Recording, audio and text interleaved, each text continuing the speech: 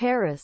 In the 20 months since Russia's full-scale invasion of Ukraine, Kiev's allies have diverted more than $230 billion in military and other aid.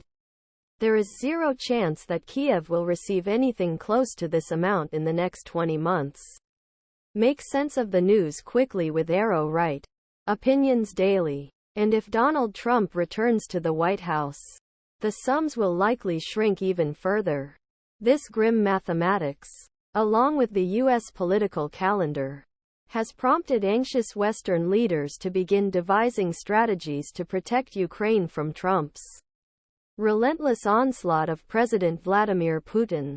There is currently little serious talk in European capitals about Kiev's victory. At least not in the near future. What is needed is a realistic plan for Ukraine's survival. The problem is in the canyon between Europe's growing alarm over a possible rejection by Trump and the action plan. Former German Defense Ministry Chief of Staff Nico Lange told me that everyone is worried about the specter of a new Trump administration. But the result of this worry is doing nothing. This is irresponsible behavior. With Trump and President Biden essentially tied in a series of recent polls, European leaders have finally realized that a second term for Trump is possible. Earlier this year the question was asked regularly, could this really happen? I don't hear that anymore when I travel around Europe. Instead, European leaders are determined not to be surprised again like they were in 2016. Last month, German Foreign Minister Annalena Baerbock went significantly out of her way to fly to Texas before attending the opening session of the UN General Assembly in New York. She met with Governor Greg Abbott in Austin.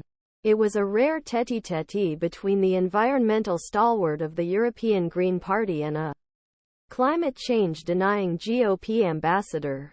A German official told me that Berlin's goal is to take into account how Republicans see the world and better assess what would happen if Trump takes back the White House. A consensus is also emerging in Europe about how to approach congressional Republicans to prove that the U.S. should continue its aid to Ukraine. The goal is to talk less about Ukraine, more about China, and how not invite an attack on Taiwan. A senior European security official told me that the message GOP lawmakers was, if you want to remain credible against China, then you have to do well in Ukraine. But European support is moving even faster than the West's plausible plan to keep Ukraine on life support, let alone maintaining offensive momentum on the battlefield. No one thinks European allies can bridge the gap that would be left in the absence of U.S. military aid, which accounts for nearly half of all military aid sent to Ukraine.